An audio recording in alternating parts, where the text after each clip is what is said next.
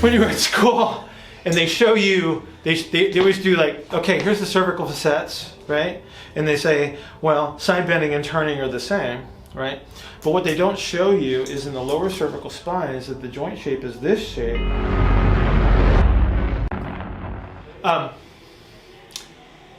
So as the sacrum nutates, then you get an increase in lumbar lordosis. As it counternutates, you have a reduction in lordosis. Okay. Get it? Mm-hmm. You want me to show you?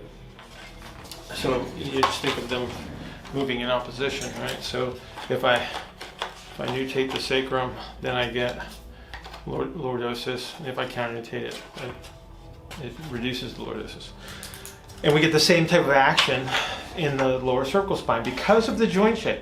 And again, so this is underappreciated. So whenever you were in school, and they show, that's not good.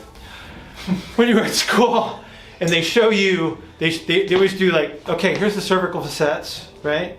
And they say, well, side bending and turning are the same, right?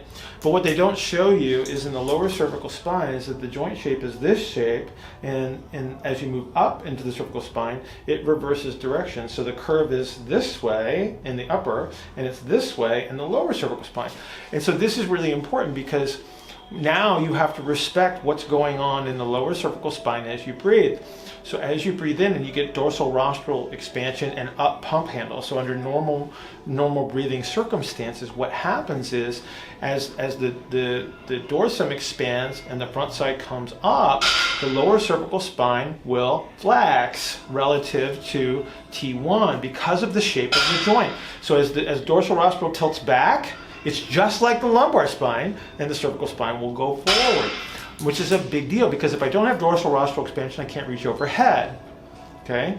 Which means that if I can't reach overhead, chances are I don't have normal lower cervical rotation that's associated with this ability of the lower cervical spine to flex. So rotation in the lower cervical spine, if I'm talking about, say, a left shoulder flexion, I need to be able to turn my lower cervical spine to the left to reach overhead fully.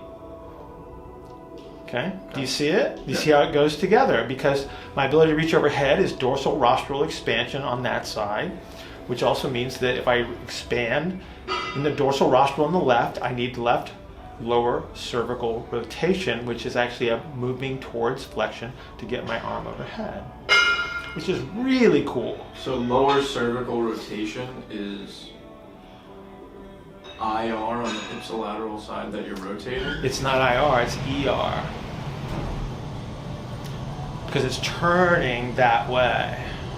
But because of this joint shape, it will move towards flexion. It will reduce the lordosis in the lower cervical spine. Okay.